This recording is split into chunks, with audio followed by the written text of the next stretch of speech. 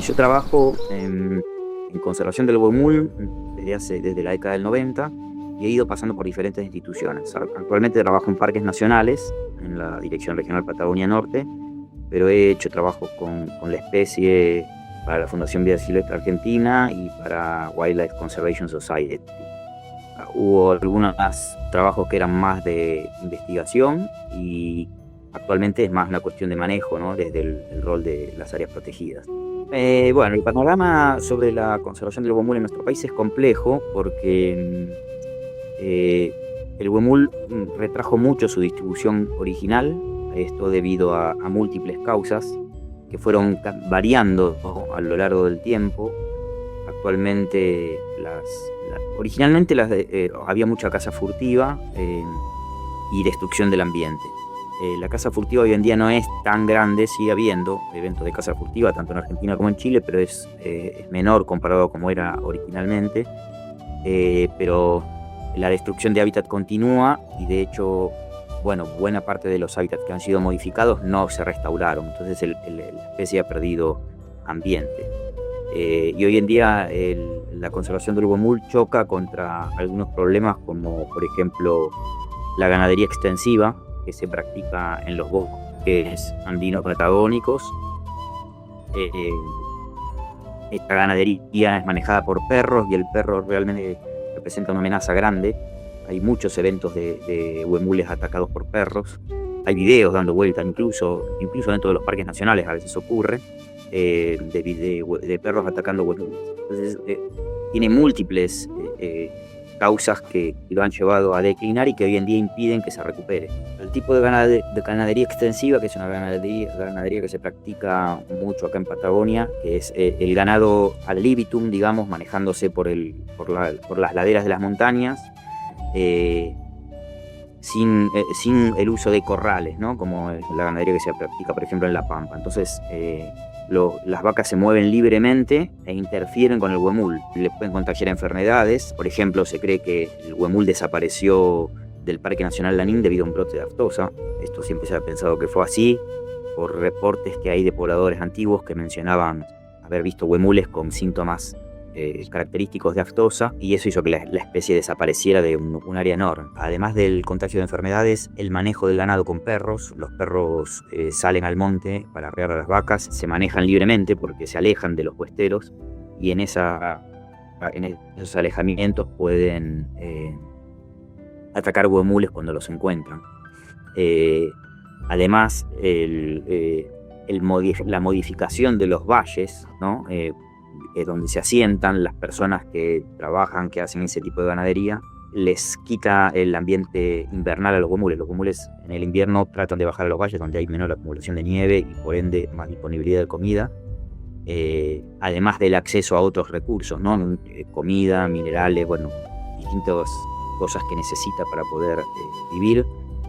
Al verse impedido de hacer eso, obviamente los huemules disminuyen su probabilidad de sobrevivir. En términos biológicos, el huemul es el herbívoro de mayor tamaño que habita en el bosque andino patagónico. Hay otro ciervo más que es el pudú, pero es mucho más pequeño, entonces cumple un rol como gran herbívoro del ecosistema. Como gran herbívoro del ecosistema también es presa de carnívoros, como por ejemplo el puma.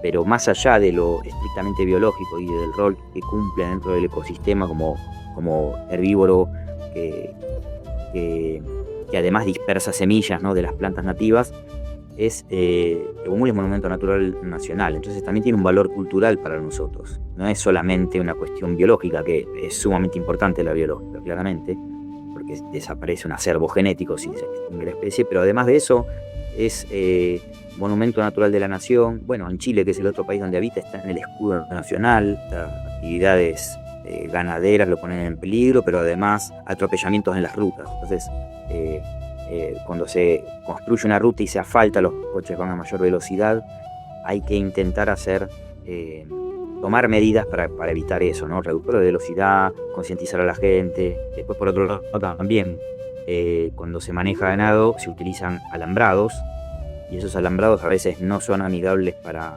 el huemul, y así como impiden que pasen las vacas, también impiden que los huemules se muevan libremente y se conecten entre diferentes subpoblaciones. Hay acciones involuntarias también, sobre todo cerca de las poblaciones, la gente que tiene perros y los perros no están controlados. Los perros, por más que sean domésticos y perros caseros que están con su dueño, cuando están sueltos hacen sus incursiones en el bosque y atacan a la fauna nativa. Otro de los problemas que tiene es la introducción de especies exóticas, ¿no? Ciervo rojo, jabalí son algunas de las especies que hay acá que interfieren con el huemul. Y esos han sido traídos por el hombre. Bueno, para la gente que va a la montaña a visitar un parque nacional y se encuentra con un huemul, lo primero es tener una actitud de respeto hacia el animal que estás viendo, ¿no? Obviamente no gritar, no perseguirlo por tomar una buena foto, sino que uno tiene que quedarse tranquilo, observarlo, no interferir en el paso. Si el animal viene hacia vos, correrte y dejarlo pasar. Son animales muy, muy pacíficos en los lugares donde no se los acosa. Son muy tranquilos, muy confiados. Entonces siempre te van a dar la oportunidad de verlo de cerca. Lo más importante ante el encuentro entonces sería eso, ¿no? Quedarse callado, no acosarlo de ninguna manera. Por supuesto, tratar de tomar la hora del registro y avisarle al guardaparque, porque con esa información se utiliza para el manejo de la especie, los lugares donde se observa, qué horas, cuántos. Y obviamente, ¿no? No entrar, por ejemplo, en los parques nacionales está prohibido ir con perros. Obviamente no llevar perros a la visita al parque nacional. Básicamente eso es como lo más importante que cualquier persona puede hacer para respetar al huemul. Y después, obviamente, interiorizarse más sobre los problemas de conservación del huemul. Cada uno pensar qué es lo que puede hacer desde su lugar para evitar que esos problemas sigan disminuyendo las poblaciones de huemul. Información se puede encontrar, por ejemplo, en el sistema de información de la biodiversidad de parques nacionales. Uno hace esa búsqueda en Google y te deriva a la página del sistema que sus siglas es CIB, de parques nacionales. Ahí hay información sobre el huemul y sus amenazas, y la distribución, etc. Y después está también la página de la categorización de mamíferos de la Sociedad Argentina para el Estudio de los Mamíferos, que acaba de salir. Ahí tiene una ficha, no solo para el huemul, es para todas las especies amenazadas, una ficha para todas las especies de mamíferos del país en realidad, una ficha donde está bien claro el mapa de distribución, las amenazas que tiene, la tendencia poblacional, qué se está haciendo para trabajar sobre la especie. La ficha esta, la original salió en el 2019, está online, y la nueva acaba de salir, creo que la semana pasada. Uno estar permanentemente en conocimiento de cuáles son las amenazas que tiene esta especie, de cuál es la tendencia y cuál es el estado de la especie en el momento, continuamente hay que estar conociendo eso para poder actuar. Saber cuáles son las amenazas para poder elaborar medidas para mitigar estas amenazas. Y después continuamente estar tratando de aceitar los mecanismos para que estas acciones que uno enuncia y que los especialistas dicen, bueno, esto es lo que hay que hacer para conservarlo, que esas acciones se lleven a cabo. Hay que estar continuamente bregando para que eso ocurra. Hace muchos años que se han identificado las amenazas para el huemul, diría hace 30 años o más, desde la primera reunión binacional en el principio de los 90, y realmente muchas de esas medidas como involucran a veces cambios de uso del suelo o modificación de costumbres de la gente, porque las amenazas de huemul son por culpa del humano, ¿no? Obviamente. Como son tan difíciles de implementar, históricamente se viene fallando en la implementación de esas medidas y son pocas las que realmente se pueden llevar a cabo. A veces es una coyuntura tan compleja que es difícil llevar a cabo las medidas necesarias. Así que en realidad a lo que uno apunta es a intentar, como decía antes, aceitar ese tipo de mecanismos y ver de qué manera se puede llegar a implementar, aunque sea algunas de las medidas de a poco, como para ir revertiendo la situación. En el caso del huemul, como es una especie, como te decía antes, emblemática, por suerte tiene varios interesados en que se haga, en que se conserve. Entonces hay financiamiento privado, también hay financiamiento público. El Estado Nacional sostiene la Administración de Parques Nacionales, la Dirección de Fauna de la Nación. Los organismos provinciales sostienen a las direcciones de áreas protegidas provinciales y a las direcciones regionales o provinciales de fauna, que tienen técnicos que están trabajando en muchos casos, cuando amerita, en la especie.